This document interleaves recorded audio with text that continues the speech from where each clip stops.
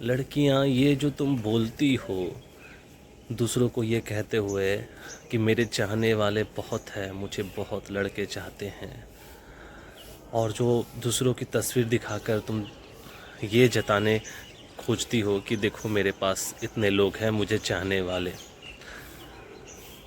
क्या सच में वो तुम्हें चाहने वाले हैं? ये तुम्हें भी मालूम है कि तुम्हारे जिस्म को चाहने वाले हैं, तुम्हें नहीं। उसे मतलब है तुम्हारे शरीर से।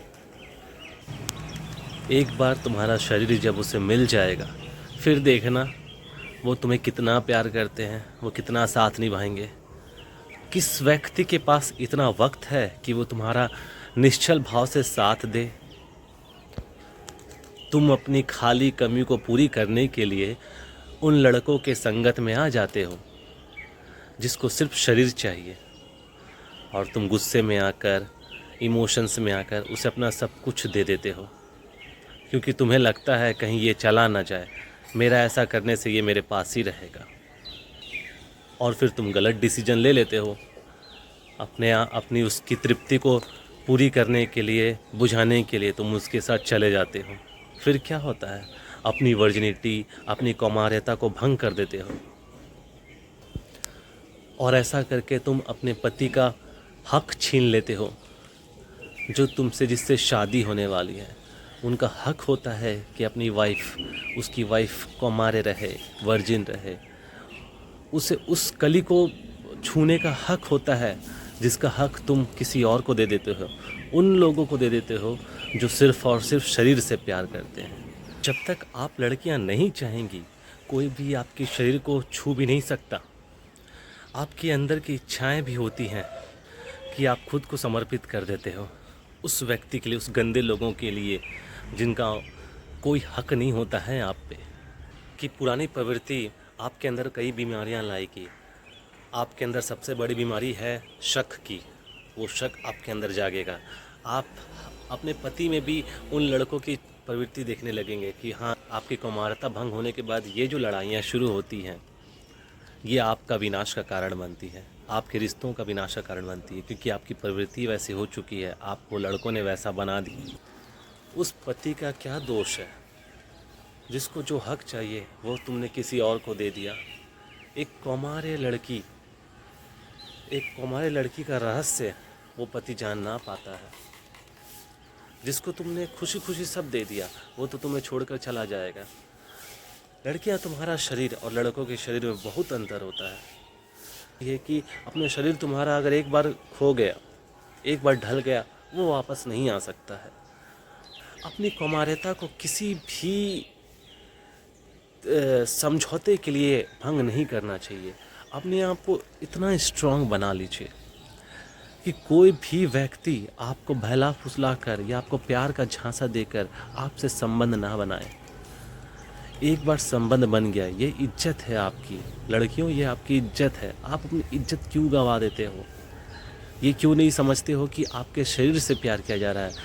अगर प्यार है तो वो आपको छुएगा नहीं, और आप चले जाते हो होटलों में, गंदी गंदी जगहों पे ये इस चीज़ को पूरी करने।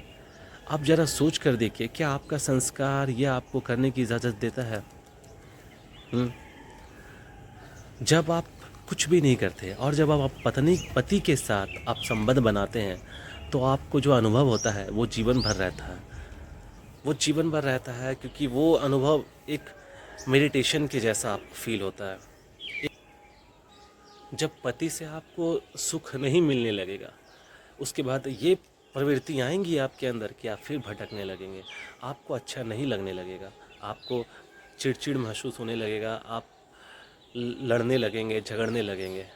हो सकता है कोई बहला फुसला कर फिर से आपको उसी रास्ते ले जाए, क्योंकि आप में वो बीज डाल दिया गया है, वो पानी डाल दिया गया है, जिससे वो प्रवृत्ति जागे, वो वासना की प्रवृत्ति जाग जाती है। आपने क्योंकि पास्ट में अपनी आदत ऐसी बना रखी है कि आपको इस चीज़ में मज़ा आने लगता है।